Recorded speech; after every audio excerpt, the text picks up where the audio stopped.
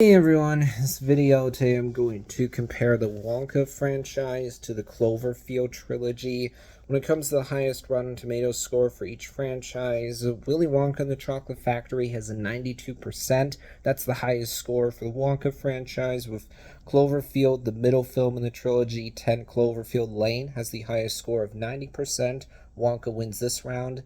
Then when we look at the lowest score, what's impressive about the Wonka franchise is that Wonka of 2023 has the lowest score, and it still has an 82%, which is still a really good score. That's certified fresh by 7%. When you look at Cloverfield, ooh man, that third film, Cloverfield Paradox, is the lowest score of only 22%. So Wonka wins this round. It's not even close. Then when we look at the average score, with Wonka, it's 85. With Cloverfield, it's 63, so Wonka wins again. Then when we look at disparity between the lowest and highest score, you can tell already which franchise is going to win, because with Wonka, you only have a gap of 10, whereas with Cloverfield, because the highest score is 90, the lowest score is 22, gap of 68. Wonka wins again. Next, let's look at my personal opinion. Wonka's already going to win this debate regardless of my personal opinion, but let's see which franchise I prefer. First of all, I want to note that I've read the original Roald Dahl novel Charlie and the Chocolate Factory before. I've seen Willy Wonka and the Chocolate Factory more than once. I've seen Wonka in theaters, whereas of Cloverfield, I didn't see any of these movies in the theaters. I watched them for the first time at home not too long ago, sometime within the last few months. I haven't seen anything for this franchise other than the free movies, so I have less of an emotional connection to Cloverfield. Now, in the case of both of these franchises, I think that you have two movies that are really good and one of them that's weaker. So let's look at the question, which movie do I like more, Charlie and the Chocolate Factory or Cloverfield Paradox? I think Cloverfield Paradox was a disappointing way to end the trilogy because it feels pretty different from the other two movies. It moves things in a much more sci fi direction, whereas the first two movies were clearly horror films. With Charlie and the Chocolate Factory, there are things I enjoy about it. There are good visuals in here, especially stuff outside the factory I think looks good. And even within the factory, there are things that are creative about that. I don't think that things come off as believable as they did in the original movie. I think Danny Elfman does a good job with the score. I like that Augustus Gloop comes off as more of a brat in this film than he did in the original movie. In the 1971 film, sure, we see Augustus Gloop eat, but it doesn't really feel to me like he's a glutton. He doesn't come off as all that overweight, whereas in Tim Burton's version, I can see immediately, yeah, this kid is absolutely a glutton. Also, more grandparents other than Grandpa Joe actually have personalities in Tim Burton's version. Whereas, if you think back to the 1971 movie, you have Grandpa Joe, who obviously is a personality, but the other grandparents don't do anything. They barely have any lines of dialogue. They're just laying in bed the whole movie. Whereas, in Tim Burton's version, the grandparents are more active. I mean, sure, they for the most part, until you get to the very end, are in bed, but they actually have more dialogue. They interact with the other characters more. Grandpa George actually has a memorable personality in Tim Burton's version, whereas he doesn't in the original movie. In Tim Burton's version, George comes off as that cranky old curmudgeon that states the harsh truths which other people don't want to talk about. There's literally a moment where Grandpa George is just absolutely going off. Charlie's parents are like, no, Charlie doesn't need to hear this, so they cover up his ears. Also, I like the way Tim Burton updated some of the kids. When you think about when you think about Veruca, she comes off as less bratty in Tim Burton's version than she did in the original movie, where it's like, oh, Veruca is just the absolute worst.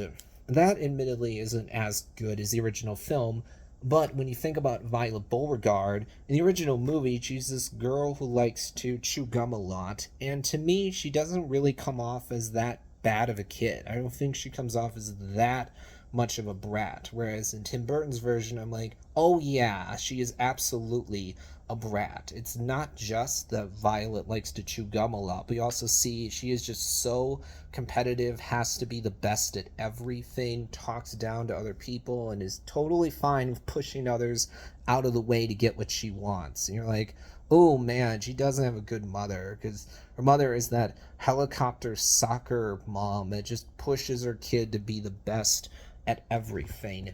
But for me, even though there are things I like about Tim Burton's Wonka movie, there are a few key things that really don't work for me, and they're big ones. First of all, I think Charlie Bucket isn't done as well in Charlie and the Chocolate Factory as he is in Willy Wonka and the Chocolate Factory, because in that original movie, to me, Charlie comes off like a realistic, believable kid. Because while he's clearly a good person, we see that in the movie, especially when you get to the end, he's also not perfect. He's not flawless. He does make mistakes occasionally in the movie, primarily when he and Grandpa Joe decide to steal some fizzy lifting drinks. That reigns much truer for me because kids are still learning, they're still figuring out things, they're still growing up, they're still developing, so they're not going to be perfect. They're going to mess up, they're going to sometimes get selfish or greedy, and there's nothing wrong with that. It's totally natural.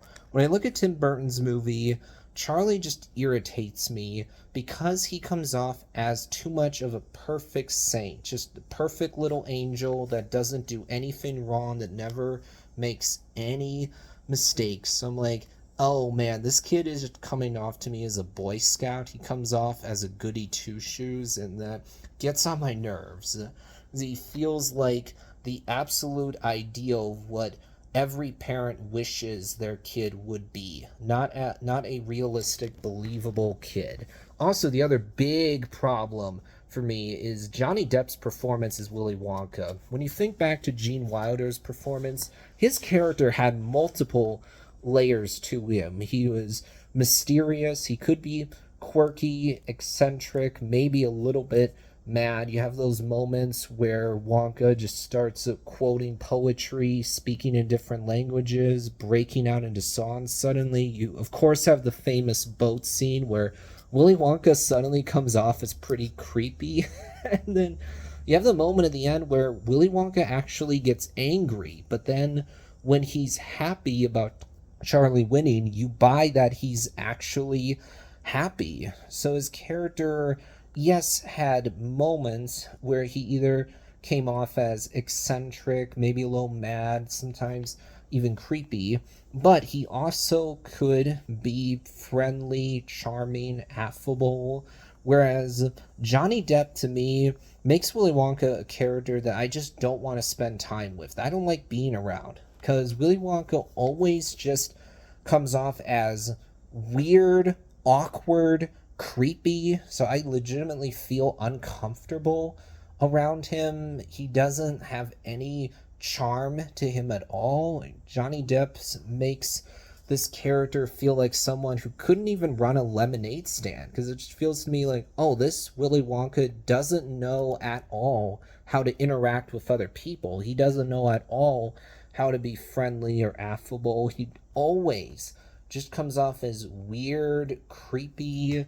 Thus, I'm feeling uncomfortable around him. And when we get into the factory, I've always found it off putting that certain scenes just feel like they get dark and creepy for no good reason. Both because of Johnny Depp's performance, the way the factory looks, it seems threatening at times. And then you combine that with Danny Elfman's score.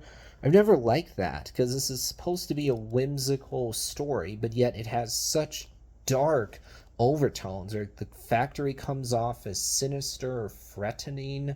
Willy Wonka's always coming off as creepy without any good reason for it. Also, I'm not a fan of the idea of showing you Willy Wonka's backstory. It's one of those questions that I wasn't asking, that I don't want to be answered. And also, especially in this case, the fact that Willy Wonka has this backstory doesn't really end up mattering, because he doesn't actually grow or change that much throughout the course of the movie. So I'm like, well, why are we learning so much about Willy Wonka's backstory? I don't really find this very interesting or compelling. So I think at the end of the day, I have to say that I personally prefer the Cloverfield franchise, actually. As much as Cloverfield Paradox was a disappointment, as much as the 1971 movie, yes, obviously is an iconic classic movie, I would probably say I like that film better than any of the Cloverfield movies. But I think Charlie and the Chocolate Factory is a bigger disappointment for me than any of the Cloverfield films. That'll be it for this video.